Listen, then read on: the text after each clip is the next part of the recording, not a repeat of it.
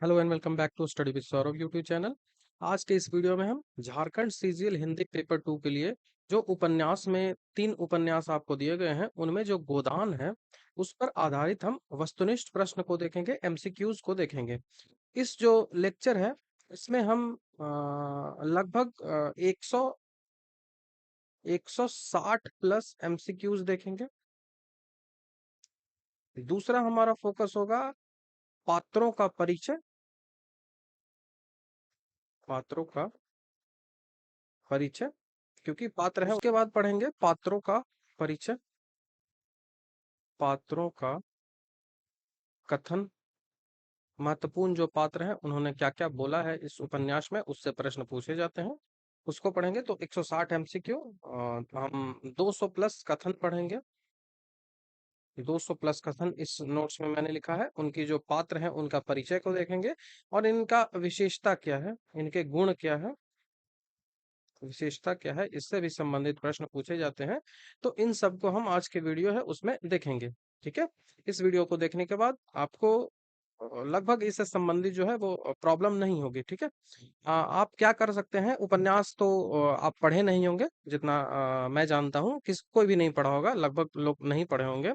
तो इसके लिए आप क्या कर सकते हैं, ऑडियो बुक सुन ले। ऑडियो बुक आप सुन ले।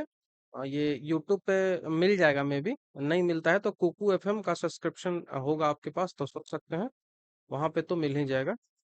या तो आप ऑडियो बुक जो यूट्यूब से कर लें या फिर कुकू एफएम है उससे कर लें, सुन लेंगे तो थोड़ा सा कॉन्फिडेंस आएगा। कुकू एफएम पर ये जो गोदान है वो 20 घंटे का लेकिन है, आपको समय तो देना पड़ेगा, 20 घंटे का है। उसी तरह से 2 उपन्यास और हैं उनको भी आप सुन सकते हैं, वो छोटे छोटे होंगे क्योंकि उनका पेज भी 300 के आसपास ही होता है, लेकिन गोदान का पेज 600 के आसपास जाता है।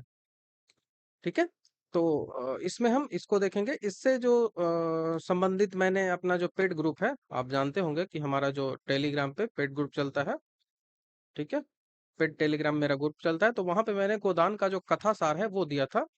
तो सबसे पहले इसमें हम जो है इस जो पीडीएफ को, यदि आप ये पीडीएफ आपको चाहिए नोट्स वाला, तो इसके लिए आप जो है वो यहाँ पे संपर्क कर सकते हैं। ये मेरा जो बैच है, तो इसके लिए इस नंबर पे आप संपर्क करिए या फिर मेरा टेलीग्राम चैनल है उस पे बात कर लीजिए, 94 71 96 58 40, इस पे आप मैसेज कर दीजिए। तो आपको पीडीएफ के बारे में जानकारी दे दी जाएगी, कैसे आपको परचेज करना है। ठीक है, तो इस बारे में यहाँ से आप जानकारी ले सकते हो। ठीक है, तो इसमें कथा सार में तो मैं पूरी चीजें यहाँ पे आपको नहीं बता सकता हूँ, लेकिन जो जो इम्पोर्टेंट चीजें हैं वो मैं बता देता हूँ। ठीक है, ये प्रेमचंद्र के बारे में शुरू में मैंने नॉलेज दिया है, तो प्रेमचंद्र के बारे में शुरू हो गया। अब हम पात्रों के बारे में चर्चा कर लेते हैं कि इम्पोर्टेंट पात्र कौन कौन से हैं। तो होरी, होरी है जो इस उपन्यास का नायक है, मतलब हीरो है। धनिया उसकी पत्नी है, वो नायिका के रूप में है। और गोबर क्या है, गोबर होरी का पुत्र है। झुनिया क्या है, तो गोबर की पत्नी है। राय साहब कहाँ है, तो वो जमींदार है। मेहता क्या है, तो दर्शन शास्त्र के प्रोफेसर है। ऐसे ही सवाल पूछ लिए जाएंगे, ठीक है, याद रखिएगा। मालती क्या है, तो मालती आधुनिक नारी है और वो डॉक्टर है। ठीक है, भोला, भोला कौन है, तो भोला झुनिया का पिता है। और झुनिया कौन है, तो झुनिया गोबर की वाइफ है। ठीक है, सोना और रूपा कौन है, तो होरी की पुत्री है। खन्ना कौन है, तो खन्ना मिल मालिक है। खन्ना जो है वो मिल मालिक है। गोविंद कौन है, तो गोविंदी कौन है, गोविंदी कौन है, तो गोविंदी खन्ना की पत्नी है। हीरा कौन है, तो हीरा जो है वो होरी के जो गाय होती है, जो जो वो भोला से खरीदता है, जो वो गाय जो है वो भोला से खरीदता है, उसकी वो अ, उसको वो मार देता है, किससे, तो जहर देकर मार देता है। ठीक है, सिलिया कौन है, तो दलित चमार की एक स्त्री है। माता दीन और दाता दीन कौन है, तो ब्राह्मण के रूप में भूमिका इनकी निभाई गई है। ओंकारनाथ कौन है, तो संपादक बिजली पत्रिका है। वो हम पढ़ेंगे आगे सारी चीजें, ये इंपॉर्टेंट है तो याद रखिएगा। दुलारी सहुआइन कौन सी है, तो दुलारी सहुआइन जो है वो दुकान का मालकिन है। शोभा कौन है, तो होरी के भाई है। और अन्य पात्र झिगुन सिंह हो गया, पट्टेश्वरी लाल हो गया, नोहरी हो गया, पुनिया हो गया, मिर्जा हो गया, मिर्जा खुर्शीद हो गया। तो ये कुछ पात्र हैं। अब इनमें इंपॉर्टेंट बात यह है थी कि कौन से प्रमुख पात्र हैं और कौन से फिर गौण पात्र हैं। तो प्रमुख पात्रों में यदि बात करें तो होरी हो जाएगा, राय साहब हो जाएगा जिनका अमरपाल सिंह नाम है, प्रोफेसर मेहता हो जाएंगे, गोबर हो जाएगा, पंडित दादा दीन हो जाएगा, धनिया, मालती, झुनिया, गोविंदी। ये प्रमुख पात्र हो गए। और गौण पात्रों में बात करें तो गौण पात्रों में भोला हो गया, हीरा हो गया, शोभा, सोना, रूपा, पंडित ओमकारनाथ, श्याम बिहारी तनखा, ये वकील हैं। ये सवाल जो है वो पूछा गया है। ये आई थिंक सवाल जो है वो कहाँ पूछा गया है, जो नगर पालिका वाला पेपर हुआ था ना, नगर पालिका वाला पेपर, उसमें ये पूछा गया था। ठीक है कि गोदान उपन्यास में श्याम बिहारी तनखा कौन है, तो वो वकील हैं। ठीक है, लेकिन वकीली का काम इनका नहीं चल रहा था, तो ये क्या कर रहे थे, तो ये शायद एलआईसी एजेंट बन गए थे, बीमा पॉलिसी का एजेंट बन गए थे। ठीक है, तो ये कुछ गौण पात्र हैं। इनके नाम झिंगुन सिंह हो गया, गंडा सिंह हो गया, ये थानेदार है। ठीक है, थानेदार है उस तहसील का,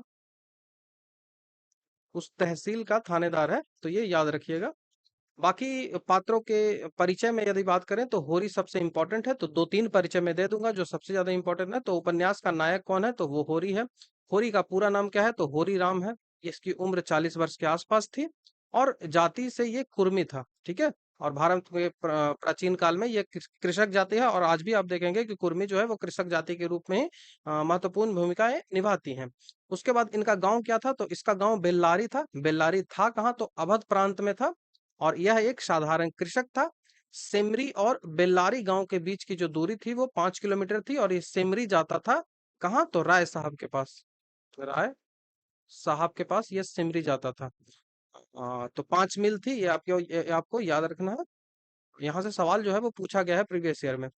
कृषक वर्ग का जो प्रतिनिधित्व है वो कौन करता है, तो वो होरी ही करता है। इसकी पत्नी का नाम धनिया था, पुत्र का नाम गोबर था, दो पुत्रियां थी जिनका नाम सोना और रूपा था, भाई थे उनका नाम शोभा था, और दूसरे का नाम हीरा था। मतलब तीनों मिला के कुछ 3 भाई ये थे। ठीक है, इनके पास कुल जमीन कितनी थी, तो 5 बीघा थी, याद रखिएगा। जेठ के दशहरे के अवसर पर धनुष यज्ञ के नाटक में राय साहब ने होरी को क्या बोला था, तो वो राजा जनक का माली बना था, और बहुत जबरदस्त अभिनय उसने किया था। ठीक है, जेठ का दशहरा का मतलब कि जेठ शुक्ल पक्ष की 10वीं। तो ये याद रखिएगा कि माली की भूमिका उसने निभाई थी राय साहब के करने पर, राजा जनक का माली। उस समय धनुष यज्ञ होता था, राजा जो राय साहब थे वो करवाते थे। उनकी धर्म में थोड़ी निष्ठा थी। ठीक है, तो वो करवाते थे। होरी जो है वो चौधरी को बांस जो है वो बेचता है। बांस बेचने के लिए वो क्या करता है कि 20 रुपए में तय करता है कि 20 रुपए में बेचेंगे, और अपने भाई को धोखा देकर उसको बताएंगे कि 15 रुपए में ही हमने बेचा है। लेकिन होता क्या है कि होरी का भाई जो है हीरा आ जाता है और वो बोलता है कि मतलब 15 रुपए में ही बांस आप काट लो। ठीक है, कोई झगड़ा होता है उसमें, संदर्भ है, जब अपन उपन्यास को पढ़ेंगे तो समझ लेंगे। 15 रुपए में उसको बेच देता है। ठीक है, और वो जो 2 रुपया है वो पैसा वो नहीं मिलता है इसको, तो 15 में ही बेच देता है। लेकिन चौधरी जो है, जो बांस लेता है, वो होरी को 15 रुपए ही देता है, क्योंकि 20 रुपए में बात की गई थी, लेकिन 15 ही देता है, क्योंकि सामने देख लेता है कि कौन है। तो वो हीरा से बात हो जाती है, हीरा कहता है कि हाँ 15 रुपए में ही काट लो। लेकिन होरी पहले क्या कर रहा था कि 20 में काटता और भाई को बताता कि 15 रुपए में ही मैंने काटा है। इससे उसको बहुत परेशानी होती है, बहुत गिलानी होती है कि मैं अपने भाई को धोखा दे रहा था। बाकी उपन्यास पढ़ेंगे तो आपको चीजें समझ में आएंगी। अंत में होरी की मृत्यु सड़क पर मजदूरी करते हुए लू लगने से हो जाती है। ठीक है, तो यह भी पूछा जा सकता है। चरित्र चित्रण में इसे बात करें तो इनके चरित्र है, परिवार की मर्यादाओं का रक्षक करता है।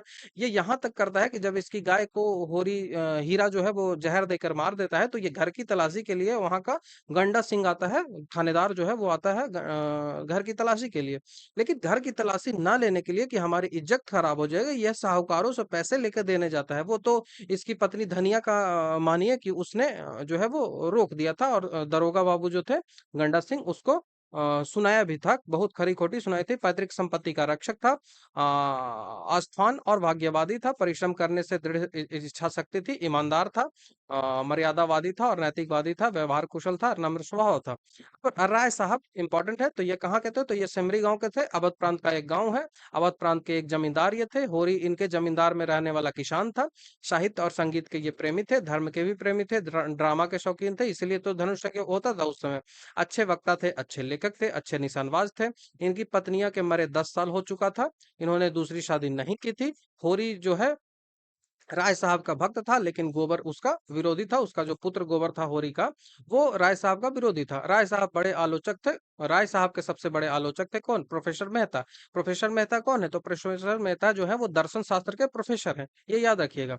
राजभक्ति प्रदर्शित कर राजा की उपाधि प्राप्त की थी राय साहब ने, और जमींदार वर्ग का प्रतिनिधित्व वो करते थे। राय साहब के मित्र कौन कौन से थे? तो प्रोफेसर मेहता, मिर्जा खुर्शीद थे, मिस्टर खन्ना थे, पंडित ओमकार नाथ थे। चारों के चारों इंपॉर्टेंट है, चारों सवाल पूछ लिए जाते हैं, ठीक है। राय साहब के जो पुत्रों हैं उनका क्या नाम था? तो रुद्रपाद, जो कि मालती के बहन सरोज से विवाह करता है, ठीक है। रुद्रपाल। उसके बाद राय साहब की पुत्री का नाम मीनाक्षी था। इसका विवाह जो विच्छेद हो जाता है, मतलब तलाक हो जाता है, डिवोर्स हो जाता है। राय साहब ने बेटे के विवाह में 20,000 रुपए लुटाए थे। उसके बाद इस जो राय साहब को प्रेमचंद्र ने रंगा सियार कहा है। प्रेमचंद्र ने राय साहब को रंगा सियार कहा है, मतलब झूठ बोलने वाला व्यक्ति। इसके जब कथनों को पढ़ेंगे, राय साहब के कथनों को पढ़ेंगे, तो इतना ओजस्वी लगेगा आपको, लेकिन वो जमींदार होते हुए किसानों से एकदम चूस लेता है। लेकिन उसके कथन को देखिएगा तो लगेगा ही नहीं कि इतने जबरदस्त व्यक्ति कथन बोलता है। पाखंडी व्यक्ति का स्वामी कहा है, और सभा चतुर व्यक्ति है, मानव स्वभाव का पारखी है, किसानों का शोषक है, राष्ट्रवादी बातों पर सरकार के भक्त है, ठीक है। अब आते ही प्रोफेसर मेहता की बात। मैंने बताया कि ये दर्शन शास्त्र के जो है वो प्रोफेसर थे। वृद्धजीवी वर्ग के प्रतिनिधित्व थे। धनुष यज्ञ नाटक में पाठन के वेश में थे, पठान के वेश में। जैसे धनुष यज्ञ नाटक में क्या होता था कि नाटक हो रहा था ना, तो घर में सब ऐसे ही बात कर रहे थे, काउंसिल के मेंबर्स लोग बैठ के, जो राय साहब के थे सब। तो वहां पे पठान आ जाता है। पठान कौन सा है? एक अफगानी पठान आता है। वो बोलता है कि 1,000 रुपए मेरा, तुम लोगों ने 1,000 रुपए मेरा चुरा लिया है, मेरा 1,000 रुपए वापस करो, नहीं तो मैं तुमको गोली मार दूंगा। लेकिन ये पठान कौन रहता है? ये पठान नकली आ जाता है। धनुष यज्ञ के समय प्रोफेसर मेहता ही पठान बन के आते हैं, बस चेक करने आते हैं कि आखिर ये क्या करते हैं, ठीक है। तो इसके लिए यहीं आते हैं। मालती से प्रेम करते हैं, मालती से प्रेम करते हैं। राय साहब अमरपाल के मित्र हैं, अविवाहित हैं। प्रोफेसर मेहता के दृष्टि में नारी का आदर्श जो संजीवन रूप होता है, वो कौन है? तो वो गोविंदी है। प्रोफेसर मेहता की रचना को फ्रांस की अकादमी ने इस शताब्दी का सबसे उत्तम कृति बताया है। प्रोफेसर मेहता पश्चिमी सभ्यता का अनुकरण करने वाले स्त्रियों से बिल्कुल सहमत नहीं रहते हैं। प्रोफेसर मेहता समाज की दृष्टि से जो विवाहित जीवन है और जो व्यक्ति की दृष्टि से अविवाहित जीवन को श्रेष्ठ मानते हैं, ठीक है। ये याद रखिएगा। चरित्र इनका क्या है? तो प्रकृतिक प्रेमी है, प्रेमचंद्र के विचारों के वाहक है, जो बुद्धिजीवी वर्ग के प्रतिनिधित्व है, और सिद्धांतिक दर्शन है। कथनी और करनी के एक रूपता पे बात करते हैं कि जो आप कहें वो करें, ठीक है। परिश्रमी है, नैतिकवादी हैं, दृढ़ चरित्र के वाले व्यक्ति हैं, नारी जाति के प्रति श्रद्धावान रखते हैं। अब आती है गोबर की बात। गोबर कौन है? तो होरी और धनिया का पुत्र है, जो कि 16 वर्ष का युवा है। झुनिया से शादी कर लेता है। झुनिया के पिता का नाम भोला है। भोला से ही इसको 80 रुपए में एक गाय मिल जाती है, ठीक है। 80 रुपए में एक गाय मिल जाती है, जिसको हीरा हीरा जो है जिसे जहर देके मार देता है, ठीक है। इसका पुत्र कौन सा है? तो इसका पुत्र मंगल है। इसकी बहन कौन सी है? सोना और रूपा है। मैंने पहले ही चर्चा कर दिया है। सांवला है, लंबा है, ठीक है। इस पर आधुनिक पीढ़ी का असर पड़ा है, ये घर से भाग जाता है, ठीक है। और गोबर ताश और जुआ खेलता है, शराब भी पीता है, लास्ट में घर से भी भाग जाता है नौकरी की तलाश में। बाकी हम देखेंगे कि जब ये नौकरी करने जाता है तो किस नौकरी में इसको कौन सा नौकरी मिलता है। यह भोला की गर्भवती बेटी जो झुनिया है उसे छोड़कर लखनऊ भाग जाता है। किस लिए? तो नौकरी करने। वहां नौकरी करता है तो कौन सी नौकरी मिलती है, इसकी चर्चा भी करेंगे। यह विद्रोही चेतना का प्रतीक है, जागरूक प्रगतिशील है, अल्हड़ प्रेमी है, धनी बनने का आकांक्षी है, परिश्रमी और ईमानदार है, शोषण का शिकार है, मृत जो है मातृ जो है वो पितृभक्त है, और मजदूर में दलित वर्ग का ये प्रतिनिधित्व करता है।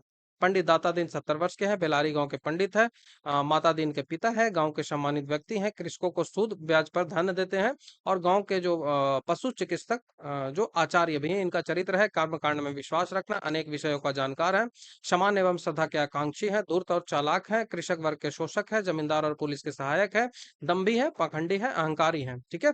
अब आती है धनिया की बात। ये हीरा का होरी का पति है, होरी की पत्नी है।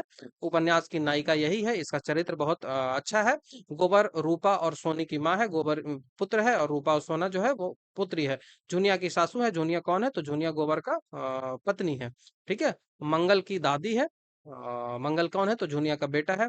कृषक स्त्री वर्ग का प्रतिनिधित्व पाते हैं। धनिया के विवाह को 20 वर्ष हो गए। इस वर्षों में धनिया ने 6 संतानों में से केवल 3 संतान ही बचे हैं। 3 संतान, 3 जो लड़के थे वो बचपन में ही मर गए हैं, ठीक है। तो 6 संतान थे, 3 ही बचे हैं, ठीक है, जिनका नाम झुनिया हो गया, झुनिया बोल रहा हूँ, गोबर हो गया, रूपा हो गया, सोना हो गया। झुनिया के घर में रहने के कारण धनिया को पंचायत के द्वारा लगाए गए दंड के रूप में 30 मन अनाज और 100 रुपया जुर्माना देना पड़ता है।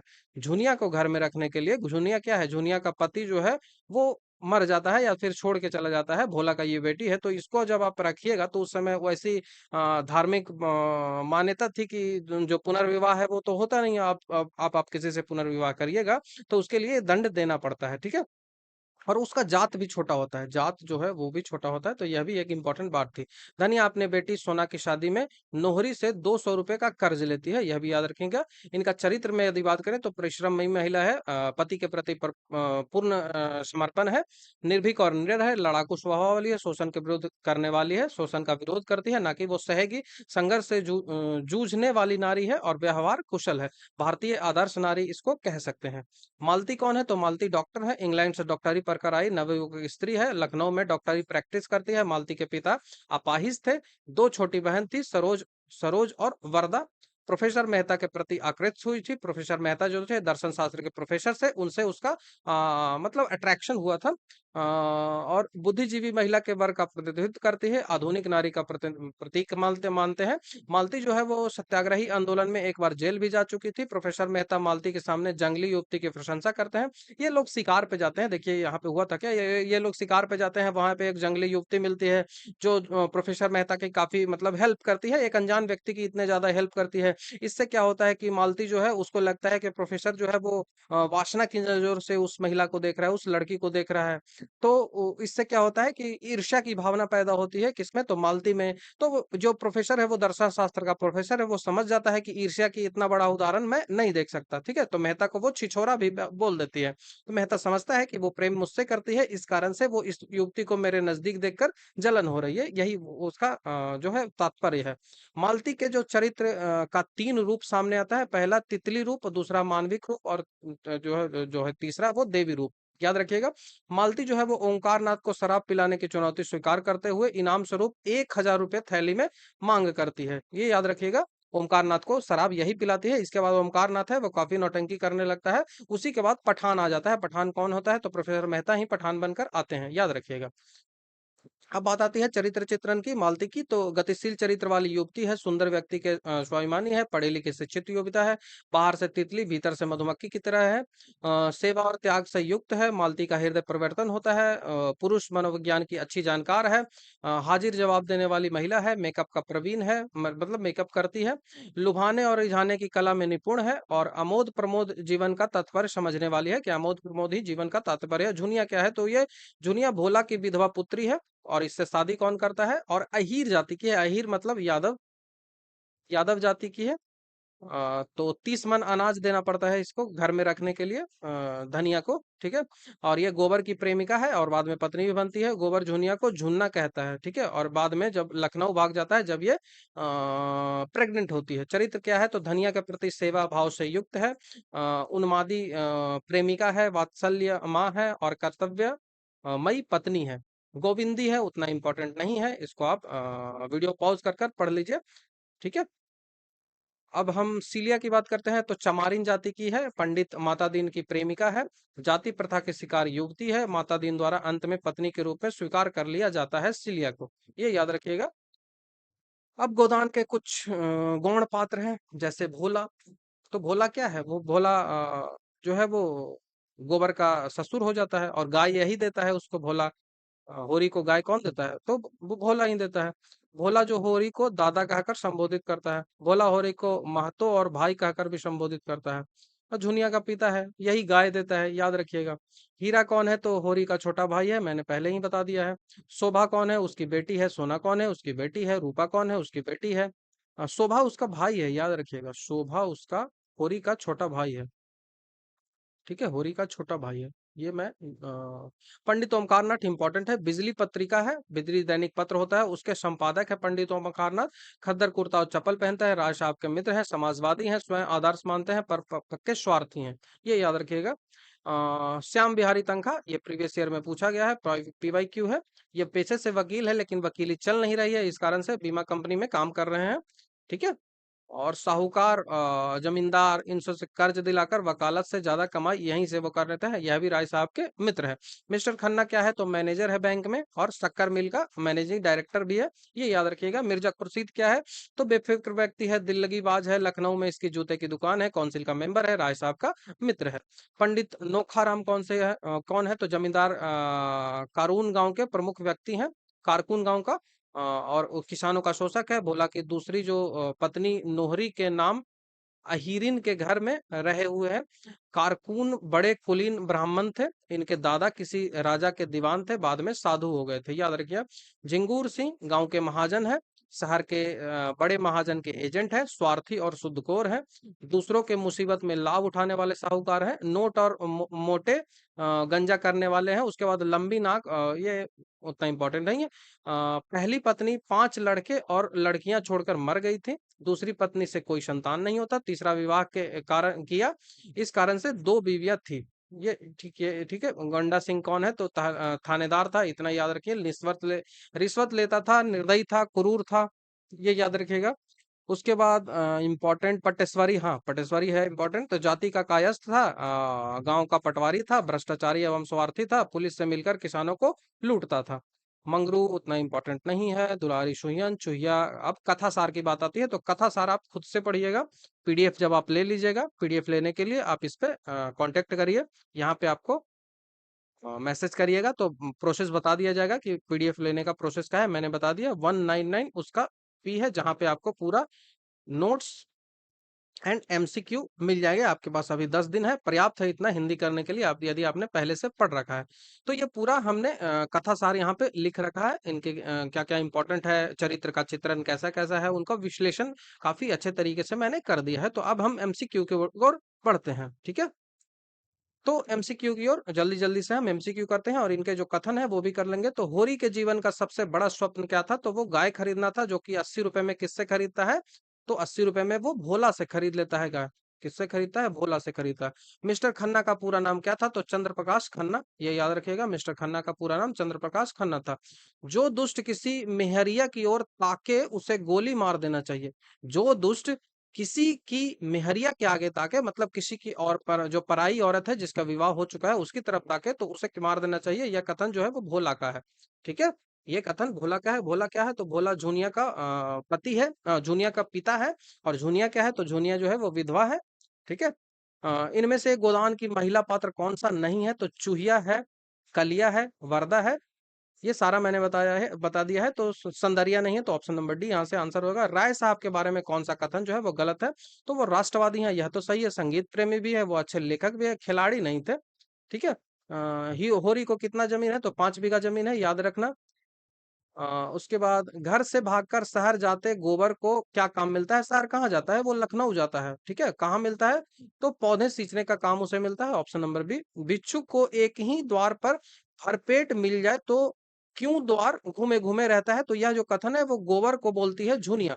ये इसका संदर्भ क्या होता है, प्रेम, कि मुझे ऐसा प्रेमी चाहिए जो बार बार मतलब हर जगह नहीं घूमे, ठीक है, हर जगह नहीं घूमे, वो कहती है झुनिया। झुनिया बोलती है कि ऐसा नहीं है कि हर जगह घूमने वाला प्रेमी चाहिए। तो मैं मतलब ऐसे से नफरत करता हूँ। तो तभी गोबर कहता है कि भिक्षुक को जब एक ही द्वार पे भरपेट भोजन मिल जाए तो वो दूसरा द्वार पे क्यों जाएगा, तो आपको समझ में आ गया होगा, ठीक है। 9वां सवाल है, प्रेमचंद्र शताब्दियों से पद दलित अपमानित और निष्पेक्षित कृषकों की आवाज थे। किस आलोचक ने यह जो कथन है वो कहा है, तो ये हजारी प्रसाद द्विवेदी ने कहा है, याद रखिएगा। जो प्रेमचंद्र सर्वप्रथम किस नाम से रचना करते थे, तो नवाब राय से करते थे, बाद में उनका जो धनपत राय ओरिजिनल नाम है। 1936 में इस जो उपन्यास है उसका प्रकाशन किया गया था। गोदान उपन्यास में रामू किसका बेटा है, तो मातादीन का बेटा है रामू, याद रखिएगा। उसके बाद गोदान उपन्यास में किस पात्र को गोबर गोमूत्र खाना पीना पड़ता है, तो माता दीन को पड़ता है, माता दीन पंडित है, ये याद रखिएगा। गोबर मूलतः है, तो सामंती प्रथा टूटने की कहानी, गोदान सामंती प्रथा टूटने की कहानी, तो यह सही है। समाजवाद की स्थापना का संकेतक, यह भी सही है। पूंजीवाद का प्रभाव, तो यह भी सही है। उपरोक्त सभी सही है। विविध वर्ग, जाति, स्वभाव, संस्कार, सामाजिक स्थिति, व्यवस्था आदि के जितने अधिक पात्र प्रेमचंद्र में मिलते हैं उतने और कहीं नहीं मिलते हैं। यह कथन किसका है? तो यह कथन डॉक्टर नागेंद्र का है। इनका इतिहास आपको पढ़ना भी है। एक आने में क्या नशा होगा? हाँ, झूम रहा हूं जिसमें लोग समझे कि खूब पिया है। यह जो पात्र है वो किसका है? तो यह पात्र आप जानते हैं गिरधर का है। यह पात्र कथन जो है वो गिरधर का है, तो याद रखिएगा, काफी इंपॉर्टेंट है। अब बात आती है 16वां क्वेश्चन की, जो किसान है वह सबका नरम चारा होता है। जो किसान है वह सबका नरम चारा होता है, तो राम सेवक का यह कहना है। राम सेवक का यह कहना है। होरी के जीवन के अंतिम क्षणों में उसके समीप कौन नहीं था? तो गोबर उसके समीप नहीं था, वो लखनऊ भाग गया था। राजा साहब और राय साहब के बीच लड़ाई लगाना अपना उल्लू सीधा करने वाला किरदार कौन है? तो वो तंखा। तंखा कौन है? तो तंखा जो है वो अ, तंखा कौन है? तो तंखा मुझे याद भी नहीं आ रहा, छोड़िए बाद में देख लेंगे। गोदान उपन्यास में किस पात्र ने प्रेम को देह की वस्तु नहीं बल्कि आत्मा की वस्तु समझा है? तो वो मालती। ठीक है, मालती, जो कि प्रोफेसर मेहता पे से प्रेम कर रही थी। निम्नलिखित में से कौन सा नाटक प्रेमचंद्र के प्रसिद्ध उपन्यास पर आधारित है? तो सूरदास। सूरदास जो है उनकी प्रेमचंद्र की जो उपन्यास है उस पर आधारित है। राय साहब कितने उम्र में विधुर हो गए थे? तो 36 वर्ष की उम्र में विधुर हो गए थे। विश्व का प्रथम उपन्यास किसे माना जाता है? तो कादम्बरी को माना जाता है, याद रखिएगा। गोदान उपन्यास को गद्य में प्रस्तुत महाकाव्य कहा जाता है क्योंकि इसमें क्या होता है? क्योंकि इसमें भारतीय जनजीवन का यथार्थ चित्रण मिलता है, समान आदमी की अच्छाइयों का विवेचन मिलता है, सामाजिक संस्कारों का सूक्ष्म अभिवेशन भी इसमें मिलता है। इस कारण से इसे कहा जाता है कि यह गद्य में प्रस्तुत एक महाकाव्य है। प्रेमचंद्र के साहित्य पर सर्वत्र शिव का शासन है, सत्य और सुंदर शिव के अनुचर होकर आते हैं। यह विचार जो है वो किस समीक्षक का है? तो डॉक्टर नागेंद्र का यह कथन है। नेक्स्ट क्वेश्चन है कि गोदान का कौन सा पत्र प्रेमचंद्र के प्रगतिशील विचारों का वाहक है? ये बताइए। ये मैंने अभी ऊपर ऊपर जब थ्योरी बता रहा था तो बताया था, तो वो ओमकारनाथ है। Option number D, Onkarnath. अब नेक्स्ट क्वेश्चन की बात आती है कि निम्नलिखित उपन्यासों में से प्रेमचंद्र के अंतिम पूर्ण उपन्यास कौन है? अंतिम पूर्ण उपन्यास गोदान है 1936। अपूर्ण उपन्यास भी पूछा जाता है, वो देख लेंगे। 27वां नंबर का सवाल है कि डॉक्टर गोपाल राय के अनुसार हिंदी में नॉवेल के अर्थ में उपन्यास पद का प्रथम प्रयोग किसने किया था? ठीक है, इंग्लिश में नॉवेल होता है, हिंदी में उपन्यास होता है, तो दोनों को एक मानने वाला कौन था? तो Bharatendu Harishchandra. Option number D. प्रगति प्रतिज्ञा उपन्यास के लेखक कौन है? तो वो प्रेमचंद्र हो जाएंगे। प्रेमचंद्र के बारे में मैंने काफी डिटेल से नोट्स दे दिया है, वो पढ़ लीजिएगा। प्रेमचंद्र का कौन सा उपन्यास गांधीवादी से प्रभावित है? तो रंगभूमि। रंगभूमि, कर्मभूमि, सेवा सदन सब उन्हीं का है, याद रख लीजिएगा। उपन्यास के तत्वों में कौन सा नहीं है? तो कथा वस्तु, चरित्र चित्रण, कथोपदेश, संवाद, तो ये सारी चीजें होती हैं। तो ऑप्शन नंबर डी सही हो जाएगा। रचना काल की दृष्टि से प्रेमचंद्र के उपन्यासों को क्रम में सजाइए। तो सेवा सदन सबसे पहले आया था, रंगभूमि उसके बाद, गबन उसके बाद, गोदान सबसे पुराना। अभी मैंने बताया भी था कि गोदान सबसे पुराना जो है वो प्रकाशित था, तो 36 में प्रकाशित हुआ था। प्रेमचंद्र के अधूरे उपन्यास मंगलसूत्र 1936 को उसके पुत्र अमृत राय ने कब पूरा किया था? तो 1948 में पूरा हुआ था। 1936 में ये गोदान प्रकाशित हुआ था। उसके बाद जो अमृत मंगलसूत्र है वो प्रकाशित आधा ही लिखा था। उसके बाद प्रेमचंद्र की डेथ हो गई, तो उसके बाद उनके जो पिता थे पुत्र था अमृत राय, उसने 48 में इसका प्रकाशन किया था। तो ठीक है। उसके बाद 30वां नंबर का सवाल आता है कि मॉरिशस का प्रेमचंद्र किसे कहा जाता है? मॉरिशस का प्रेमचंद अभिमन्यु अनंत को कहा जाता है। अभिमन्यु अनंत को। उसके बाद आती है 35वां नंबर का सवाल कि गोदान उपन्यास की कथा वस्तु की कसावट में कमी आई है। तो इसका क्या हो जाएगा कि बहुत कम चरित्रों को शामिल करने से, तो गलत। ऐसा नहीं है, चरित्र बहुत ज्यादा है, उसमें कमी कथा वस्तु में, उसकी कसावट में क्यों कमी आ रही है? इसका मेन कारण है कि शहर और ग्रामीण पृष्ठभूमि के दो विस्तृत और लगभग विरोधी वातावरण को समेट लेने से, दोनों को एक ही जगह समेटता है, इस कारण से यह जो परेशानी है वो आती है। ठीक है। ऊपर थोड़ा सवाल बच गया होगा आई थिंक, ये वाला सवाल बचा हुआ है। कौन सा उपन्यास अधूरा नहीं है? तो अधूरा नहीं है, इरावती जो है वो अधूरा है, ये याद रख लीजिएगा। जो मंगलसूत्र है प्रेमचंद के अधूरा है, चोटी की पकड़ यह भी अधूरा है, लेकिन रत्ना की बात है, ये पूरा उपन्यास है, तो याद रख लीजिएगा। अब बात आती है हमारा 36वां नंबर का सवाल, चौगान हस्ती नामक उर्दू उपन्यास प्रेमचंद्र ने हिंदी में किस नाम से प्रकाशित किया? तो रंगभूमि से। गोदान के संदर्भ में कौन सा कथन जो है वो गलत है? तो गोदान महाजनी सभ्यता का गाथा है, ये सही है। उपन्यास में मूलतः मालती की कथा है, नहीं, होरी और धनिया की कथा है। ठीक है। मालवीय त्रासदी का भाव्य हास्य है, मानवीय त्रासदी का गोदान सामाजिक शोषण का लैंडस्केप है, तो यह सही है। ठीक है। उसके बाद यथार्थवादी उपन्यास की दृष्टि से कौन प्रधान रहती है? तो परंपरा केंद्रित, व्यक्ति केंद्रित, वस्तु केंद्रित या फिर रूपा केंद्रित? तो ये वस्तु केंद्रित होता है। कितने ही सिद्धांत जो एक जमाने में सत्य समझे जाते थे आज असत्य सिद्ध हो गए हैं, पर कथाएं आज भी उतनी ही सत्य है क्योंकि उनका संबंध मनोभाव से है। यह कथन किसका है? तो यह प्रेमचंद्र का है, ऑप्शन नंबर डी। जीवन का सुख दूसरों के सुखी करने में है, उन्हें लूटने में नहीं। यह कथन भी प्रेमचंद्र का है, ऑप्शन नंबर डी। अब गोदान पात्रों के महत्वपूर्ण जो कथन है उनको देख लीजिए। तो होरी के कुछ महत्वपूर्ण कथन है। सबसे इंपॉर्टेंट यह है, जब उपन्यास चालू ही होता है तभी यह कथन बोला जाता है कि जब अपनी गर्दन दूसरों के पैरों तले दबी हो तो उन पैरों को सहलाने में ही कुशलता है। मतलब कृषक के जो पैर है वो साहूकारों साहूकारों के तले दबे होते हैं, तो उस इसलिए आपको उस गर्दन को सहलाना ही अच्छा होगा। हमारा जन्म इसलिए हुआ है क्योंकि हम अपना रक्त बहाएं और बड़े घर भरें। तो ये हो गया। हम लोग समझते हैं कि बड़े आदमी बहुत सुखी होंगे, लेकिन सच पूछो तो वह हमसे भी ज्यादा दुखी हैं। ऐसा वो क्यों कहता है? क्योंकि जब राय साहब अपनी जो दुखड़ी सुनाने लगते हैं, तो वो उसको मन में यह विचार आता है, क्या ससुराल जाना, 5 पोशाक लाई हो। जब वो जाता है राय साहब के यहाँ, तो धनिया जो है उसको बोलने लगती है कि कहाँ जा रहे हो? तो धनिया से बोलता है कि मेरा डंडा ले आओ, पोशाक लेके आ जाओ। तो वो लाती है पूरा 5-6 पोशाक लेके आ जाती है। तो उसी संदर्भ में ये बोलता है कि क्या ससुराल जा रहे हैं कि इतना ज्यादा पोशाक ले रहे हो, और ससुराल में जवान कोई शाली भी तो नहीं है कि जिसे जाकर दिखाऊंगा। तो यह होरी का कथन धनिया से रहता है।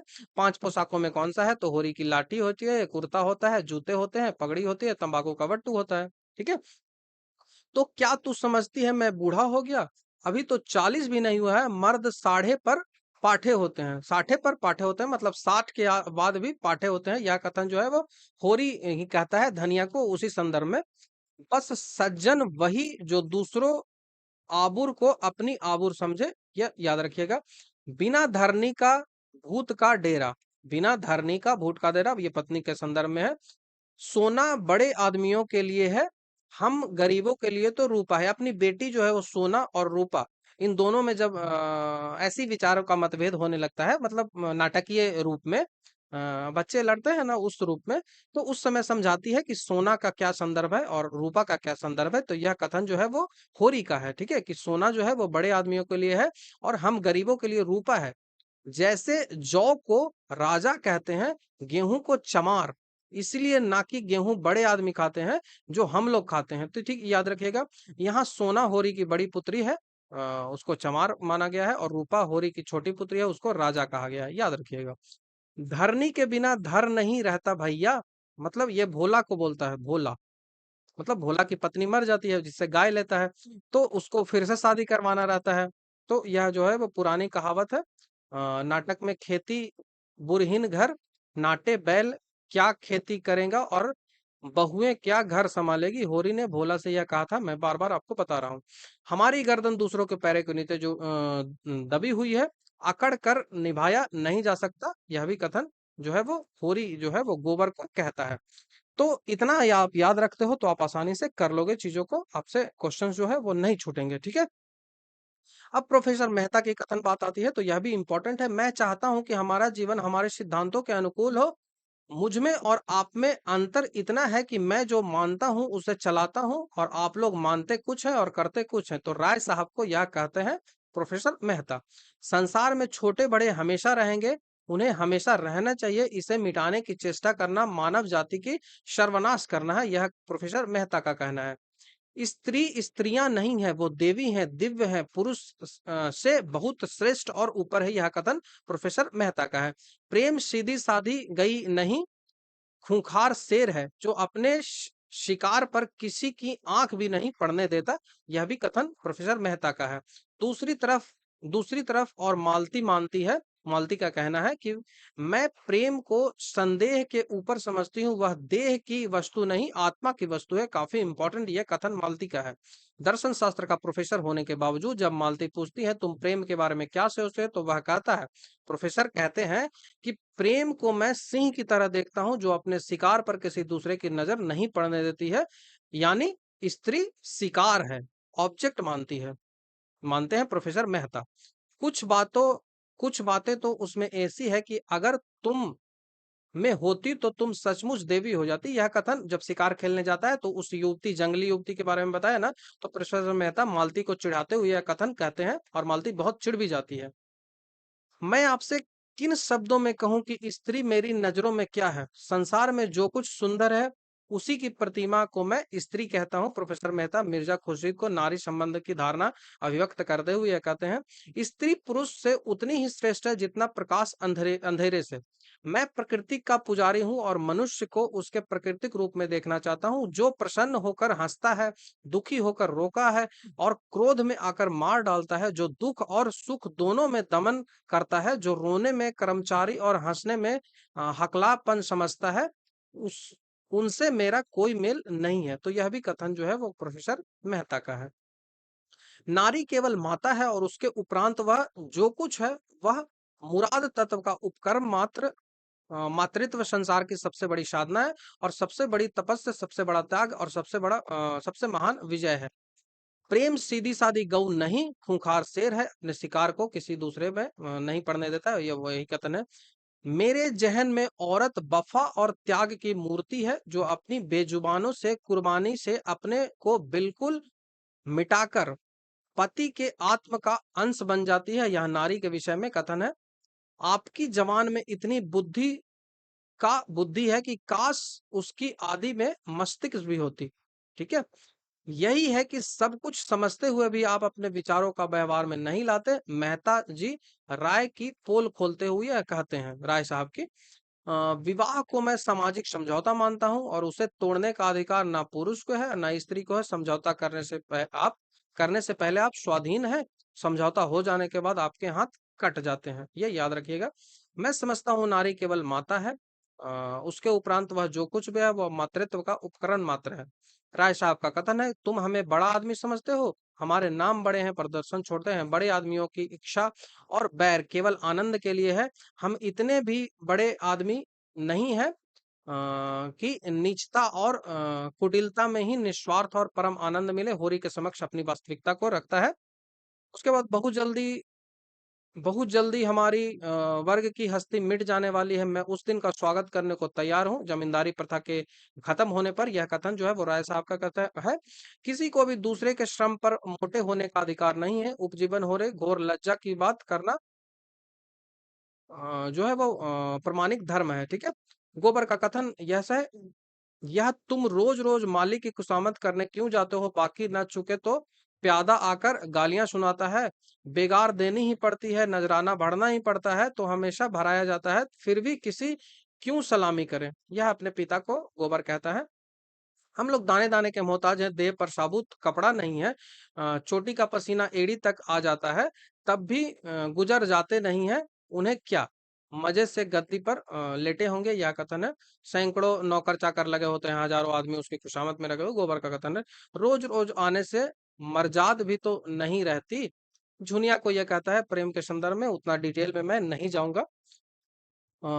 मतलब झुनिया इसको बार बार बुलाती है कि आप मेरे घर बार बार आते रहिए, तो वो बोलता है कि बार बार आने से इज्जत नहीं रह जाती। यह सब मन को समझाने की बात है। भगवान सबको बराबर बनाते हैं। यहाँ किसके हाथ में लाठी है वही गरीबों को कुचलकर बड़ा आदमी बन जाता है। यह कथन अपने बाप को कहता है वो। जिसके पास पैसा है वह बिरादरी में उसकी इज्जत होती है। जलसों में शामिल होने के पीछे खड़े होकर उसका भाषण सुना है और यह भी सुना है कि कोई देवी और देवता मनुष्य का भाग नहीं बदलता है। मनुष्य अपनी स्थितियों के लिए स्वयं जिम्मेदार है और इसके लिए वह भाग को बदल भी सकता है। ये गोबर का कहना है। गांव वाले निकाल देंगे तो क्या संसार में दूसरे गांव नहीं है? रुपये हो तो न हुक्का पानी का काम न बिरादरी का, गोबर का यह कथन है। उसके बाद वो लखनऊ चला जाता है। ठीक है। गांव वाले निकाल देंगे तो क्या संसार में दूसरा गांव नहीं है, गोबर झुनिया को ये कहती है। धनिया का ये कथन है, हमारा जमींदार के खेत जोते हैं और अपना लगान ही तो लेगा, उसकी खुशामद क्यों करे, उसके तलवे क्यों चाटे। होरी को ये बोलता है। उसका मन आज भी कहता है कि अगर उसकी दवा दारू होती तो वह बच सकते थे। यहाँ उनका शब्द धनिया और होरी के 3 लड़के जो मर गए उसके संदर्भ में है। मैं तुमसे 100 बार 1000 बार कह दिया है, मेरे मुंह पर भाइयों का बखान मत करो। उसका नाम सुनकर मुझ में आग लग जाती है। सारा गांव देखने आया, उन्हीं के पाँव में मेहंदी लगी हुई है। मतलब जब गाय आता है ना तो उस संदर्भ में यह कथन बोलती है। आप इसको पॉज कर पढ़ लीजिए। पांचों गरीबों के सत्ताकार सुख न पाओगे, इतना समझ लेना। पंचों को बोलता है जब होरी की गाय आ जाती है, इज्जत के लिए पैसे वैसे कुछ लेता है, तो उसी समय दरोगा और इसको दोनों को लड़दार मारती है वो। यह पंच नहीं राक्षस है, पक्के राक्षस। यह भी उसी समय बोलता है वो धनिया। वही साध्वी जिसने हीरा होरी के सिवा किसी पुरुष को आंख भर कर देखा भी न था, वह प्रतिष्ठा को गले लगाकर उसके आंसू पोंछ रही थी और उसके त्रस्त हृदय को अपने कोमल शब्दों से शांत कर रही थी, जैसे कोई चिड़िया अपने बच्चों और पैरों से छिपा कर बैठी हुई हो। अब यह कथन उसी का है। हमको कुल प्रतिष्ठा इतनी प्यारी नहीं है, महाराज की उसके पीछे एक जीव की हत्या कर डाले। ब्याहया नहीं सही पर उसका बाह तो पकड़ी, मेरे बेटी ने किस मुंह से निकाल देती। दाता दिन से कहती है धनिया, जगह की कौन कमी है बेटी, तू चल आ मेरे घर। सिलिया को बोलती है, चमारिन, सिलिया से कहती है, चमारिन है। बिगे बिगड़ेगी तो क्या रोटी बेसी खा लेंगे, क्या करोगे, कोई इसकी दौबत हूँ। दाता दिन से यह कहती है, देख लिया तुम्हारा न्याय और तुम्हारी अकल की दौड़, गरीबों को गला काट कर। दूसरी बात है दूध का दूध और पानी पानी करना। दूसरी बात है रिश्वतखोर दरोगा जो है गंडा, उसको ये कहती है। यहाँ मेरा गांव के मुखिया, गरीबों का खून चूसने वाले सूद ब्याजेखोर, सवाई नजर, गरीबों को लूटने वाले, सुजान, जेल, ये सब बातें गांव के साहूकारों को वो बोलती हैं। अगर यही हाल हाल है तो भीख भी मांगेंगे। दाता दीन धनिया को डांटते हुए कहती है। धनिया ने इसके जवाब में दाता दीन को यह भी कहा कि भीख मांगो तुम तो भिखमंगों की जात हो, हम तो एक मजूरे ठहरे, जहां काम करेंगे 4 पैसे पाएंगे। अब बात आती है मालती के कथन की। प्रेमचंद्र ने मालती के चरित्र का विश्लेषण करते हुए लिखा है कि मालती बाहर से तितली और भीतर से मधुमक्खी है। उसके जीवन में हंसी ही हंसी है, नहीं है केवल गुड़ खाकर कौन जी सकता है। ठीक है। उसका चहकना चमकना इसलिए नहीं है कि वह चहकने को ही जीवन समझती है, नहीं, वह इसलिए चहकती है और विनोद करती है क्योंकि इसके कर्तव्य का भरा कुछ हल्का हो जाए, कर्तव्यों का जो भार है वो कुछ हल्का हो जाए। हीरा का क्या कथन है, जान ही नहीं लड़कपन और जीवन कैसी होती है, जाना ही नहीं लड़कपन और जीवन कैसी होती है। अपने भाई को यह प्रताड़ित करते हुए बोलते हैं। होरी ने धनिया से यह कहा था कि हमारा जो आप लोग हमारा जो जीवन है वो बर्बाद कर दिया। होरी कौन है, ये हीरा का पति, हीरा का भाई है। दाता दिन का कथन क्या है, और उसके बाद यहाँ पे दाता दिन, नारी का धर्म है कि वो गया खाए और उजड़े क्यों मुंह में लगती है। यह कथन जो है वो दादा दिन का है। उसके बाद आती है होरी की इच्छा पछाई गाय लेने की थी। भोला जो है वो ग्वाला से गाय वो ले लेता है। होरी के गांव का नाम बेल्लारी है। गांव क्या था, पूर्वा था, 10 बीघा घर हो, उसके पास आधा पैक, मतलब आप पढ़ लीजिए। गोबर का वास्तविक वहाँ गोवर्धन था। बाहर से तितली और भीतर से मधुमक्खी है। गोदान का यह प्रेमचंद्र मालती के लिए प्रयोग करते हैं। गोदान उपन्यास यथार्थवाद उपन्यास है, ना कि आदर्शवाद उपन्यास है। ठीक है। यथार्थ जो है सो है, जो होना चाहिए उस पर वो बात नहीं करता, जो है सो है बस। पहना दो मेरे हाथ में हथकड़ियां, देख लिया तुम्हारा न्याय और अकल की दौड़। यह कथन किसका है, तो ये धनिया का है। उपन्यास में महाजनी सभ्यता का विरोध हुआ है, कृषक की आर्थिक समस्याओं का चित्रण हुआ है। यह उपन्यास समस्या प्रधान है, मतलब समस्या पे ही बात करती है, इसकी सॉल्यूशन कोई नहीं है। गोदान में गांधी और मार्क्सवादी, प्रेमचंद्र ने घुला मिला दिया है, गांधीवादी विचार और मार्क्सवादी विचार। मार्क्सवादी में वो क्या करते हैं, समाजवादी विचारधारा को लाते हैं, और गांधीवादी में भी थोड़ी थोड़ी समाजवादी विचारधारा वो लाते हैं। प्रेमचंद्र का सबसे विख्यात और अंतिम उपन्यास गोदान है, जो कि पूर्ण हुआ है। गोदान की कथा वस्तु कृषक की समस्या है। भूरी के पास 5 बीघे जमीन थी। उसके बाद मतलब रिपीट हो रहा है। मालती और मेहता लखनऊ में रहते हैं। राय साहब समेरी गांव में रहते हैं। प्रेमचंद्र के गौतम करमन के पीड़ा दस्तावेज बताती हैं। पंडित दीनदयाल का पुत्र का नाम मातीदान है। ये हमारे गांव के मुखिया है, गरीबों का खून चूसने वाले, सूद ब्याज ठगी सवई नजर करने वाले, घूस खाने वाले। यह कथन जो है वो मालती बोलती है, धनिया बोलती है, मालती बोल। जब उसकी गाय मर जाती है ना तो दरोगा आता है, उस समय ये कथन बोलती है। अब हम कुछ एमसीक्यू को देख लेंगे। यहाँ पे गोदान उपन्यास से संबंधित कुछ महत्वपूर्ण कथन है जिसको आपको याद रखना है। गोदान उपन्यास 1936 में आई थी, 4 वर्षों का समय लगा था। गोदान उपन्यास उनकी अंतिम रचना है जो पूर्ण हुई थी, मंगलसूत्र पूर्ण नहीं होती। डॉक्टर गोपाल राय के अनुसार गोबांद के पात्रों की संख्या 84 है, जिसमें 56 पुरुष है और 28 जो है। हीरा के पास 5 बीघा जमीन थी। समेरी बेल्लारी गांव से 5 किलोमीटर की दूरी पे था। राय साहब समेरी में रहते थे और राय साहब का पूरा नाम अमरपाल सिंह था। होरी जो है वो बेल्लारी में रहता था। समेरी और बेल्लारी दोनों अवध प्रांत के ही गांव थे। गोदान उपन्यास में झुनिया के पति बंबई में दूध की दुकान थी, लेकिन वो मर जाते छोड़ देता है शायद, या मर जाता है, ऐसा कुछ है। साइता भिनसाई हो रहा है, इस पंक्ति में भिनसाई अर्थ सवेरा से होता है। हीरा की पत्नी का नाम हीरा की पत्नी का नाम पुन्नी था, ये सही है, ठीक है। उसके बाद अब बात आती है चौधरी होरी से बांस लेने के बदले 7.5 रुपए दिए थे, नहीं 15 रुपए दिए थे, यह याद रखिए, 15 रुपए। कितना दिया था? 15। ये गलत है। होरी ने मंगूर साय से बैल खरीदने के लिए 60 रुपए लिए थे। हाँ ठीक है। पंडित दाता दीन 70 वर्ष के थे, ठीक है। गपड़ू एक कमिश्नर था, ठीक है। बाकी काफी इंपॉर्टेंट इंपॉर्टेंट। अब यहाँ पे मैंने कुल अरेंज कर कर 100 कथन लिखे हैं, ठीक है। और कैरेक्टर वाइज लिखे हैं, जैसे होरी के कथन। तो होरी के कथन मैंने यहाँ पे लिख दिया 100। मैं जो भी कह रहा हूँ अपने परिवार के लिए कह रहा हूँ। हर आदमी का भाग्य उसके कर्म से तय होता है। जमींदार का हुक्म सीखे आंखों पर, हमारी औकात क्या है। हम किसान हैं, हमें खेती से अलग कैसे कर सकते हैं। धरती माँ से बढ़कर कोई नहीं है, मुझे किसी से शिकायत नहीं, भगवान की मर्जी। गरीब का जीना मरना दोनों बराबर है, यह कथन उसका है। धनिया का कथन है ये, तो धनिया का यहाँ पे मैंने कथन लिखा है। उसके बाद गोबर के जो कथन है वो मैंने यहाँ पे लिख दिए हैं। जो झुनिया के कथन है 10, वो मैंने यहाँ पे लिख दिया है। मालती के 10 कथन है वो मैंने यहाँ पे लिख दिया है। राय साहब के 10 कथन है वो मैंने यहाँ पे लिख दिया है। डॉक्टर मेहता के 10 कथन मैंने लिखा है। मिस्टर मिस्टर खन्ना के जो 10 इंपॉर्टेंट कथन है वो मैंने लिखा है। सेठ बद्री प्रसाद के मैंने लिखा है। सिलिया का मैंने कथन लिख दिया है। और इस तरह से पूरे के पूरे 100 कथन यहाँ पे लिखे हैं, और ऊपर भी मैंने कथन लिखा है। मतलब 200 से पार कथन मैंने यहाँ पे आपको चर्चा कर दी है। अब उपन्यासों में बात कर लेते हैं कि गोदान उपन्यास का प्रकाशन जो है वो किस वर्ष किया गया। तो मैं बार बार आपको बता रहा हूँ कि गोदान उपन्यास है, उसका प्रकाशन 1936 में किया गया। यह प्रेमचंद्र का लास्ट उपन्यास था।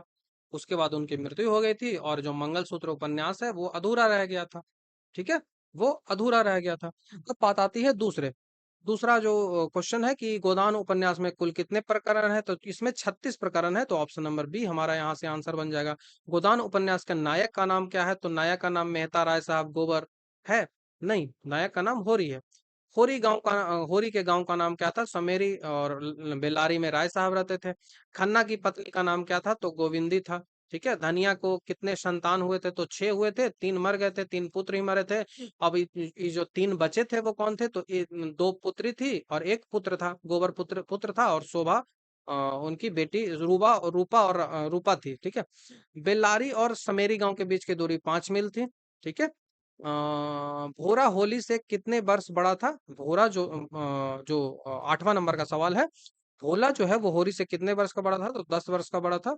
होरी ने भोला से गाय कितने रुपए में बेची थी? तो 9वां नंबर का जो आंसर हो जाएगा वो हो जाएगा 20 रुपए में। नहीं, ये गलत आंसर है। इसका जो हो जाएगा वो 80 रुपए हो जाएगा। ऑप्शन नंबर सी हमारा यहाँ से आंसर बन जाएगा, 9वां का सी, ठीक है। होरी ने भोला से गाय कितने रुपए में ली थी? तो 80 रुपए में ली थी, ठीक है। होरी ने आलू बोने के लिए दाता दिन पंडित से कितने रुपए लिए थे? तो 10वां नंबर का आंसर हो जाएगा, 30 रुपए लिए थे। ऑप्शन नंबर ए हो जाएगा। 11वां गोदान उपन्यास में सभा चतुर आदमी किसे कहा गया है? 11वां नंबर का जो आंसर है वो राय साहब को कहा गया है। राय साहब, ऑप्शन नंबर डी। उसके बाद गोबर के काम से खुश होकर मिर्जा खुर्शीद ने उसे कितने रुपए दिए थे? गोबर के काम से खुश होकर मिर्जा खुर्शीद ने उसे कितने रुपए दिए थे? तो 15 रुपए, ठीक है। ऑप्शन नंबर बी हो जाएगा, 15 रुपए। राय साहब के कारकुन का नाम क्या था? राय साहब को जो कारकुन था उसका नाम क्या था? तो 13वां नंबर का जो आंसर हो जाएगा वो नोखेराम हो जाएगा, ठीक है। नोखराम हो जाएगा, option number D. Omkar Nath की पत्नी का क्या नाम था? तो ओमकार नाथ की पत्नी का नाम था गोमती। ठीक है, ओमकारनाथ की पत्नी का नाम गोमती था। होरी के गांव में पशु चिकित्सक का आचार्य किसे माना जाता था? तो होरी के गांव था, वहां पशु चिकित्सक का माता दीन को माना जाता था, जो कि एक पंडित थे। होरी की पुत्री सोना का विवाह किस गांव में तय होता है? होरी की जो पुत्री थी, उसकी जो सोना का विवाह था, वो होरी जो सोना का विवाह था वो कहाँ पे तय होता है? तो सोना का विवाह सोनारी गांव में तय होता है। इस जमाने में मोटे होना बिहाई है, 100 तो दुबले करके तब एक मोटा होता है। 100 को दुबला करता है तब कोई एक मोटा होता है। ऐसे मोटापन का क्या सुख? यह जो कथन है वो किसका है? तो यह जो कथन है 17वां नंबर का सवाल होरी का है। ठीक है, ये होरी का कथन है, ऑप्शन नंबर ए हो जाएगा। व्यायामशाला आयोजन के लिए सूर्य प्रताप सिंह द्वारा कितने रुपए दिए गए थे? तो व्यायामशाला के आयोजन के लिए 5,000 रुपए दिए गए थे। सीलिया के पिता का नाम क्या था? तो सीलिया का जो पिता था उसका नाम हयूर था। ठीक है, हरखू था, हरखू था। होरी के पास अपनी कितनी जमीन थी? तो होरी के पास 5 बीघा थी, ये याद रखेगा। उसके पास 5 बीघा जमीन थी। 20वां नंबर का सवाल है, उसके पास 5 बीघा जमीन थी। भोला के पुत्रों का क्या नाम था? भोला के पुत्रों का नाम जंगी और गणेश था, जंगी और गणेश। ठीक है, जंगी और नहीं, जंगी और गणेश नहीं, जंगी और काम था। ये ऑप्शन नंबर सी आंसर हो, डी ऑप्शन नंबर जंगी और काम था, ऑप्शन नंबर डी याद रखिएगा। 22वां नंबर का प्रसव के दौरान झुनिया की देख रेख किसने की थी? तो प्रसव के, क्योंकि वो गोबर तो भाग गया था, तो झुनिया की देख रेख चूहिया ने की थी। ऑप्शन नंबर बी हमारा यहाँ से आंसर बन जाएगा। अब सवाल आता है 23वां नंबर का, 24वां नंबर का, हाँ 23वां नंबर का। राय साहब के पुत्र का नाम क्या था? तो राय साहब का जो पुत्र था उसका नाम 23वां नंबर का जो सवाल है, तो राय साहब के पुत्र का नाम रुद्रपाल था, ऑप्शन नंबर ए हो जाएगा। सीलिया के पुत्र का नाम क्या था? सीलिया जो थी, सीलिया के पुत्र का नाम था रामू। सीलिया के पुत्र का नाम रामू था। मालती के बहनों का नाम क्या था? तो मालती की जो बहन थी उसका नाम क्या क्या था? तो मालती की बहनों का नाम वरदा और सरोज था, वरदा और सरोज था। 36वां गोदान उपन्यास में नवयुग की साक्षात प्रतिमा है, यह किसने कहा है? तो यह नवयुग की साक्षात प्रतिमा मालती है। कौन सा है? तो ऑप्शन नंबर बी मालती हो जाएगी, नवयुग की प्रतिमा। मालती ने डॉक्टरी की पढ़ाई कहाँ से की थी? तो फ्रांस, अमेरिका, जापान, इंग्लैंड। तो 27वां नंबर का आंसर इंग्लैंड हो जाएगा। कुंवर जो थे दिग्विजय सिंह की पत्नी का देहांत किस बीमारी से हुआ था? दिग्विजय सिंह की पत्नी का था तो यक्षमा से हुआ था, यक्षमा। ओंकारनाथ निम्नलिखित में से किस पत्र के संपादक थे? तो बिजली के। ठीक है, ओमकारनाथ किसके संपादक थे? तो बिजली के। राय साहब के पुत्र का नाम क्या था? तो राय साहब के पुत्र राय साहब के पुत्री का नाम क्या था? यह सवाल पूछा जा रहा है। तो मीनाक्षी उनकी पुत्री का नाम था। मैंने पहले भी आपको बता दिया है निम्नलिखित में से कौन सा कथन और उसके वक्ता सुमेलित नहीं है, मतलब कौन सा कथन है वो किसके द्वारा कहा गया है, यह जो सुमेलित नहीं है, यह सवाल पूछा जा रहा है। तो बिना बिना धरनी के भूत घर, मतलब घर जो है वो भूत का डेरा है, यह होरी का कथन है। संपत्ति और सहृदयता में बैर है, यह राय साहब का कथन है, यह भी सही है। उसके बाद यह गृहस्थी का जंजाल है, सोना की हंसिया, यह भोला का कथन है। समाज व्यक्ति से ही बनता है, यह ओमकारनाथ का कथन नहीं है, तो ऑप्शन नंबर डी इसका गलत हो जाएगा। ठीक है, निम्नलिखित में से किस आलोचक ने गोदान को अप्रत्यक्ष रूप से समाजवादी रचना कहा है? तो 32वां नंबर का हंसराज हो जाएगा आंसर। ठीक है, हंसराज हो जाएगा। उसके बाद 33वां नंबर, गोदान यदि मैं लिखता हूं तो रचनाकार है। गोदान यदि मैं लिखता हूं के रचनाकार, गोदान यदि मैं लिखता हूं के रचनाकार कौन है? तो इसके जो रचनाकार हैं वो ऑप्शन नंबर सी हो जाएगा, डॉक्टर नागेंद्र। किसने प्रेमचंद्र को कबीर के बाद दूसरा बड़ा व्यंग्यकार कहा है? सबसे दूसरा बड़ा व्यंग्यकार तो रामविलास शर्मा ने कहा है, ऑप्शन नंबर ए। किसने गोदान को गर्व संघर्ष की कथा कहा है? तो 35वां नंबर हो जाएगा, गर्भ गोदान की सभा जो हो जाएगा, तो ये हो जाएगा ब और स दोनों, ब और स दोनों, मतलब कि इंद्रनाथ मदान ने, और जो स है वो गंगा प्रसाद विमल ने। किसने गोदान को वातावरणीय उपन्यास कहा है? तो वातावरणीय उपन्यास कहा है राम लेखमान पांडे ने, राम लेखमान पांडे। तो ये हो गया 36 सवाल, यहाँ पे मैंने देख लिया। अब यहाँ पे कुछ और सवाल है, गोदान के संदर्भ में निम्नलिखित कथनों पे बात करिए। तो इसका प्रकाशन 36 में हुआ था, तो यह सही है। इसमें कृषक जीवन के महाकाव्य कहा जाता है, तो यह भी सही है। तो यहाँ पे एक और दो, दोनों कथन सही हो जाएंगे। दूसरा है, गोदान की विषय वस्तु क्या है? राष्ट्रवादी किसान समस्या, स्त्री समस्या या फिर दलित समस्या?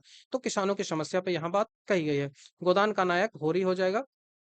ठीक है, उसके बाद हो जाएगा होरी के पूरा नाम क्या था? तो होरी का होरी राम पूरा नाम था। होरी होरी किस प्रांत में रहता था? तो अवध प्रांत में रहता था, समेरी गांव में रहता था। प्रेमचंद्र के किन दो गांवों का योगदान कथा वस्तु में है? तो यहाँ पे बेल्लारी और सुमेरी दो गांव है। होरी किस गांव में रहता था? तो बेल्लारी में रहता था। होरी होरी बेल्लारी में रहता था। गोदान उपन्यास में जमींदार राय साहब का पूरा नाम अमरपाल सिंह था।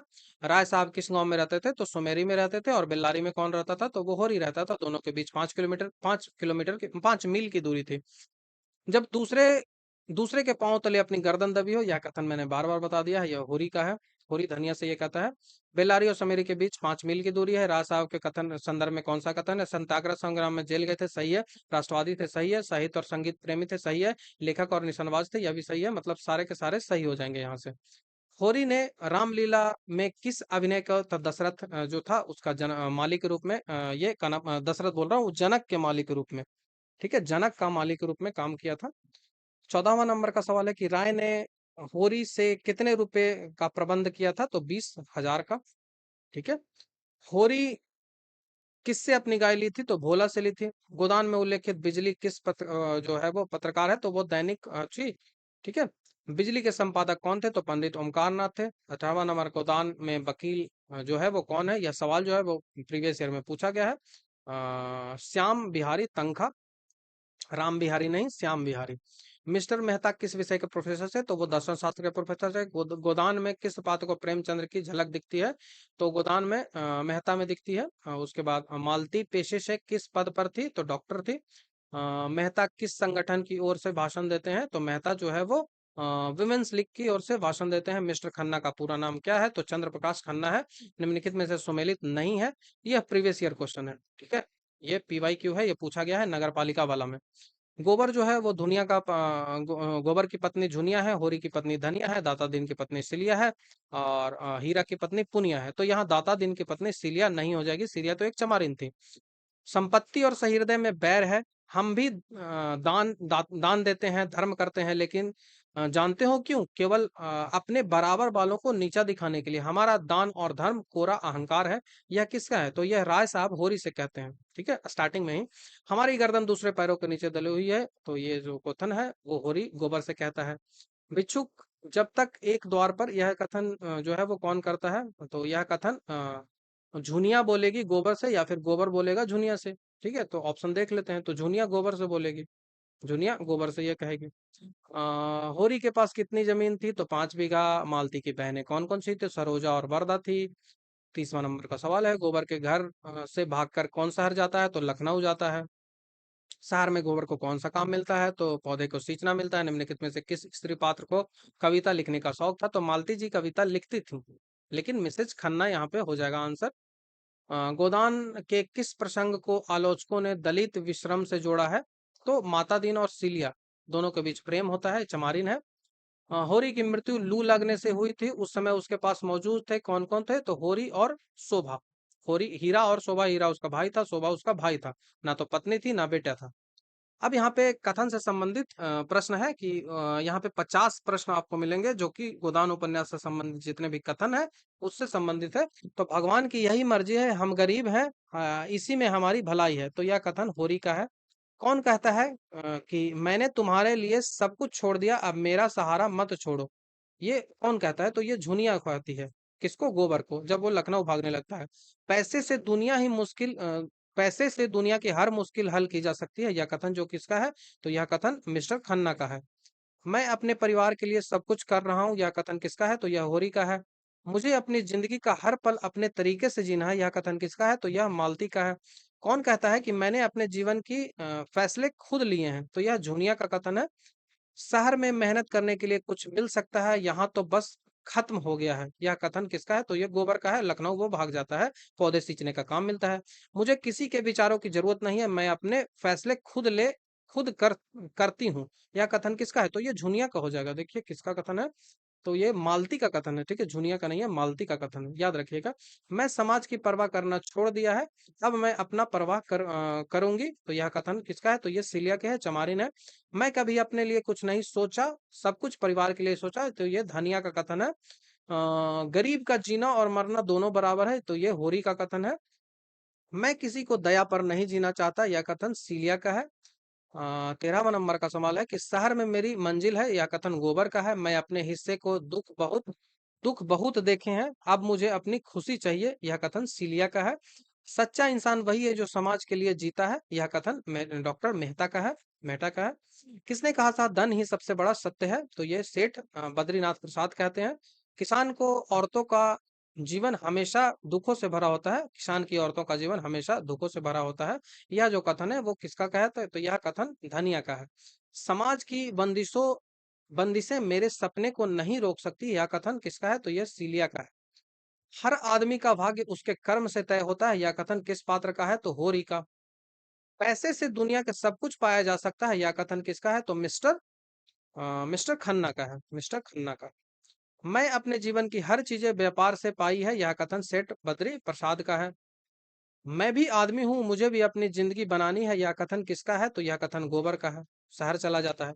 अगर तुम धनी हो तो तुम्हारा दुनिया तुम्हारी है, यह कथन किसका है? तो सेठ बद्री प्रसाद का हो जाएगा। मैं अपने दिल की सुनी, अब समाज को कहे उसकी परवाह नहीं है, यह कथन झुनिया का है, जब छोड़ के वो आ जाती है गोबर से विवाह करने। अगर जमींदार कमजोर हो जाते हैं तो समाज उसे खा जाएगा, यह कथन राय साहब का है, होरी को बोलता है। मेरे लिए पैसे से बढ़कर कुछ नहीं है, यह कथन किसके लिए है? तो यह मिस्टर खन्ना के लिए है। 27वां नंबर का सवाल है कि मुझे तुम्हारे बिना दुनिया में कोई ठिकाना नहीं है, यह कथन झुनिया कहती है गोबर से। मुझे अपने जीवन के फैसले खुद करने का अधिकार है, यह कथन सीलिया का है। कौन कहता है कि मैं अपने परिवार की मदद करना चाहता हूं, लेकिन यहाँ कुछ भी संभव नहीं है, यह गोबर का कथन है, और वो शहर चला जाता है। सत्ता ही सबसे बड़ा धर्म है, यह कथन राय साहब का है, नेताओं पे वो बोलते हैं। जिनके पास ताकत है वही समाज में मान पाता है, यह कथन किसका है? तो यह कथन राय साहब का है। ठीक है, ये राय साहब का है। मैं गरीब हूं लेकिन मेरी आत्मसम्मान में कोई नहीं छीन सकता, तो यह कथन धनिया का है। कौन सा कथन धनवान के पास सब कुछ है, गरीब के पास सिर्फ इज्जत है, यह कथन होरी का है। शिक्षा का उद्देश्य सिर्फ धन कमाना नहीं बल्कि समाज के प्रति जिम्मेदारी निभाना है, यह कथन डॉक्टर मेहता का है। 35वां नंबर का सवाल है, मैंने हमेशा दूसरों के बारे में सोचा है, अब अपने बारे में सोचने का समय यह अ, है। यह कथन जो है वो किसका है? तो यह धनिया का कथन है। गोबर की मेहनत इस देश की असली ताकत है, यह कथन किसका है? तो डॉक्टर मेहता का है। ठीक है, ये दो कथन डॉक्टर मेहता का है। किसने कहा था कि शहर में रहना अब मेरी मजबूरी है? तो यह गोबर। मेरा संघर्ष अपने जीवन की कहानी है, यह कथन धनिया का है। मैंने गरीबी में भी अपना स्वाभिमान नहीं छोड़ा, यह कथन किसका है? तो यह कथन होरी का है। किसान की जमीन ही उसकी असली पहचान है, यह भी कथन होरी का है। मुझे अपने सपनों पर की परवाह है, समाज की नहीं, यह कथन सीलिया का है। मैंने जो खोया है वह मुझे वापस नहीं मिल सकता, लेकिन आगे का जीवन मुझे संवारना है, यह कथन धनिया का है। शिक्षा से ही समाज की उन्नति हो सकती है, यह कथन डॉक्टर मेहता का है। शिक्षा से संबंधित आएगा तो डॉक्टर मेहता ही मार दीजिएगा आप। कौन कहता है कि पैसे से रिश्ते नहीं खरीदे जा सकते? तो यह धनिया गोबर को समझाती है। मैंने अपने हिस्से की मेहनत की है, अब मुझे अपना हक चाहिए, यह कहती है झुनिया। ठीक है, ऑप्शन नंबर डी झुनिया ये कहती है। धर्म और नैतिकता की बात गरीबों के लिए है, अमीरों के लिए नहीं, यह कथन जो है वो गोबर का है। Option number C. मैंने तुम्हारे लिए सब कुछ किया है, अब तुम मुझे छोड़कर नहीं जा सकते, यह कथन जो है वो किसका है? तो यह कथन जूनिया का है। मुझे अपने परिवार की चिंता है इसीलिए मैं सब कर रहा हूँ, यह कथन किसका है? तो यह होरी का है। तुम्हारे बिना इस दुनिया में मेरा कोई नहीं है, ठिकाना नहीं है, यह कथन किसका है? तो यह झुनिया का है। 50वां नंबर का है, धन ही इस दुनिया की सबसे बड़ी ताकत है, यह कथन किसका है? तो मिस्टर खन्ना का है। तो यहाँ पे मैंने पूरा 50 कथन देखा, और एमसीक्यू लगभग मैंने कितना मिला के कर दिया होगा? तो 160 प्लस एमसीक्यू, 200 प्लस कथन कर दिया, इतना काफी है। मैंने सारांश भी आपको बता दिया उपन्यास का। अब उनके चरित्र चित्रण को मैंने ऑलरेडी आपको बता दिया है। बाकी आपको पीडीएफ चाहिए तो आप इस संदर्भ में मुझे अपना जो इस यहाँ पे संपर्क कर सकते हैं। ये Jharkhand CGL Hindi paper two का पेड टेलीग्राम ग्रुप है। यहाँ पे 199 रुपए आपको देने पड़ेंगे, तब आपको पीडीएफ मिल जाएगा। इसका पीडीएफ और इसका नोट्स, पूरे चैप्टर का, सारे चैप्टर का पीडीएफ, सारे चैप्टर का नोट्स आपको टॉपिक वाइज मिल जाएंगे। 10 दिन में इतना आप कर लेते हो तो आई थिंक 85 के आसपास आपके नंबर आ जाएंगे, मतलब 80 प्लस आप नंबर कर लोगे इतना करने के बाद। इतना मैं दावा कर सकता हूँ। बाकी वीडियो देखने के लिए थैंक यू। जो यदि आपको वीडियो अच्छा लगता है तो आप हमारे चैनल को सब्सक्राइब, वीडियो को लाइक शेयर कमेंट जरूर कर दें, जिससे लोगों तक ये जो कंटेंट है वो पहुंच पाए। बाकी वीडियो देखने के लिए थैंक यू। नेक्स्ट वीडियो में आपसे जल्द ही मिलता हूँ।